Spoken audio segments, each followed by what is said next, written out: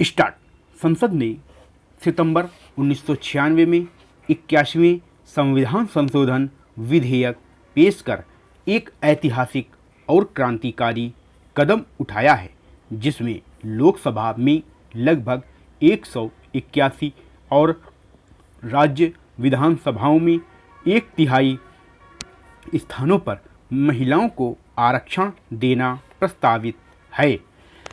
भारतीय समाज में महिलाएं लगभग 50% हैं, जो अशिक्षा, पिछड़ापन, रूढ़िवादिता, धार्मिक कट्टरता, शोषण के कारण समाज जड़ स्थिति में रहा है।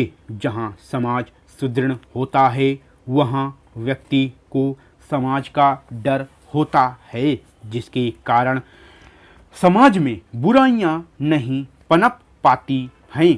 राज्य को भी ऐसे समाज में कम हस्तक्षेप करना पड़ता है, लेकिन भारत में समाज दोषपूर्ण और कमज़ोर होता गया है।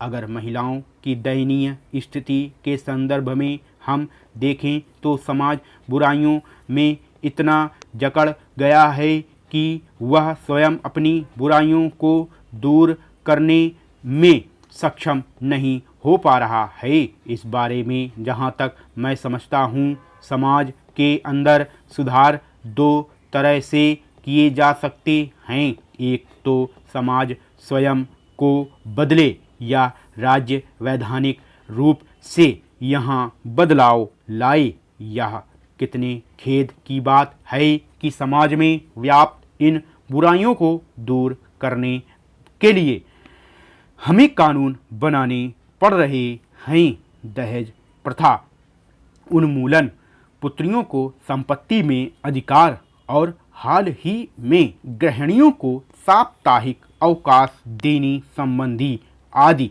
इन विधायी कार्यों से भारतीय समाज में विशेष अंतर नहीं हुआ, क्योंकि यह बातें महिलाओं के सामाजिक स्तर से संबंधित थीं, जिन्हें समाज और परिवार कार्य रूप में परिणत नहीं करना चाहिए।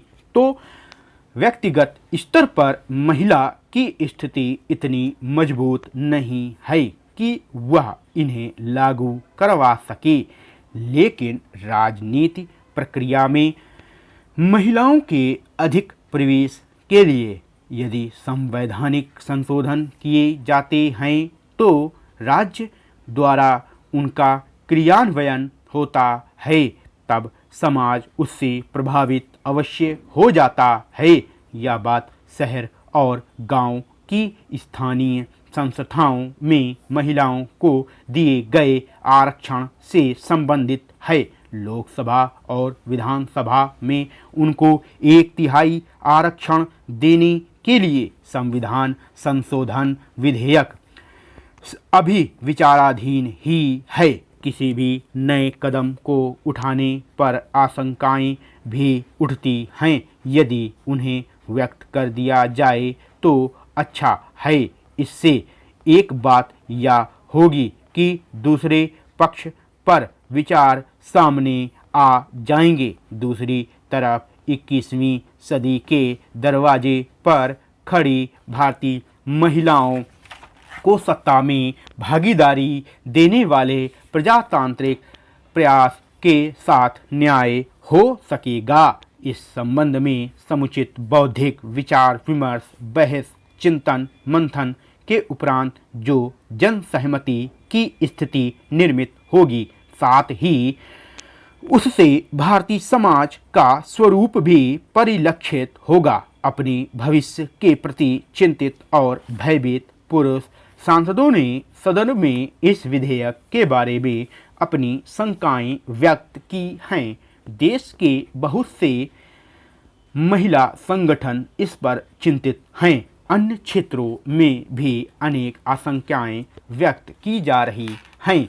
माननीय कल्याणमल जी जैन और उनके साथी दूसरे 3 विधायक उस दिन इस काम में शरीक हुए थे, लेकिन उनके प्रति मेरे मन में सम्मान की भावना है और मैं व्यक्तिगत रूप से उनका मित्र भी हूँ, लेकिन इसके बावजूद मैं उनसे निवेदन करना चाहूँगा और जैसा श्रीमान ने स्वयं कहा कि केवल विशेषाधिकार का प्रश्न नहीं रह गया है, पर विशेषाधिकार तो बहुत छोटा प्रश्न होता है। यहाँ अहम सवाल यह आ गया है और संविधान के प्रति निष्ठा का सवाल आ गया है। मेरा ऐसा मानना है और आप भी मानते हैं, विधानसभा के सदस्य तभी कहलाते हैं जब वे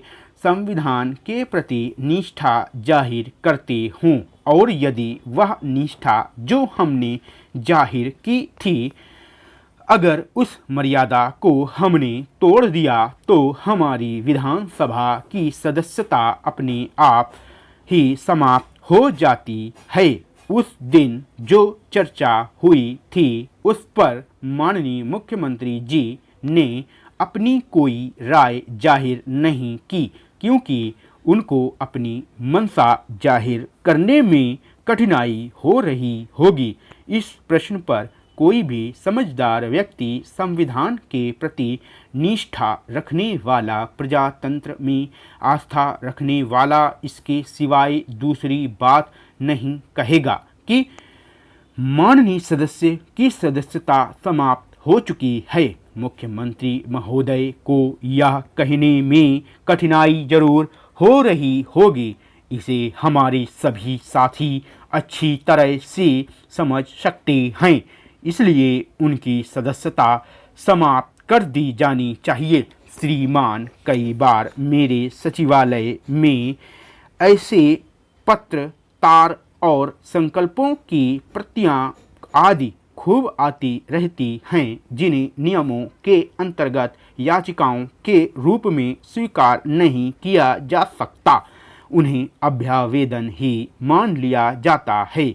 इन अभ्यावेदनों को समिति के पास भेजकर पेश कर दिया जाता है और समिति उन पर विचार करती है, निर्णय करती है, अपना मत देती है, फिर उनका निराकरण किया जाता है। केवल वही सार्वजनिक संस्था, संघ या व्यक्ति लोकसभा के क्षेत्राधिकार के अंतर्गत आने वाले किसी विषय के संबंध में समिति को अभ्यावेदन दे सकते हैं। अभ्यावेदन दिए जाने के लिए अलग से निर्धारित प्रपत्र की व्यवस्था नहीं की गई है।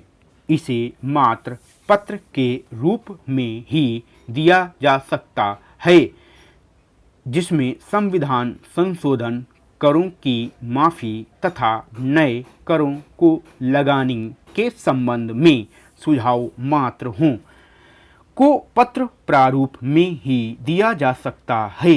उन परिस्थितियों में ऐसे अभ्यावेदन याचिका के रूप में समक्ष रखे जाने हेतु स्वीकार किए जाते हैं, जिनमें सभा के किसी सदस्य द्वारा कही गई ऐसी बातों पर विरोध प्रकट किया गया हो जिनमें लोगों की धार्मिक भावनाओं को ठेस पहुंच रही हो, आघात लगा हो, सभा की कार्यवाही या सभा के सभी सदस्य के आचरण के बारे में या व्यवस्था के संबंध में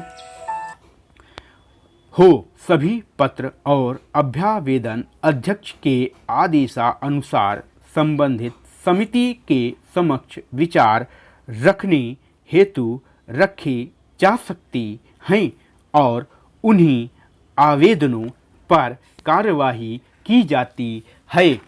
मध्य प्रदेश देश का ऐसा पहला राज्य है जिसने संवैधानिक संशोधन प्रक्रिया पूरी करने के पश्चात सबसे पहले नई व्यवस्था के अंतर्गत पंचायतों के चुनाव संपन्न कराए गए हैं।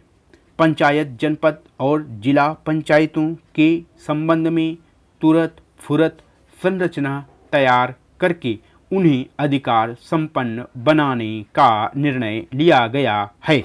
स्टॉप।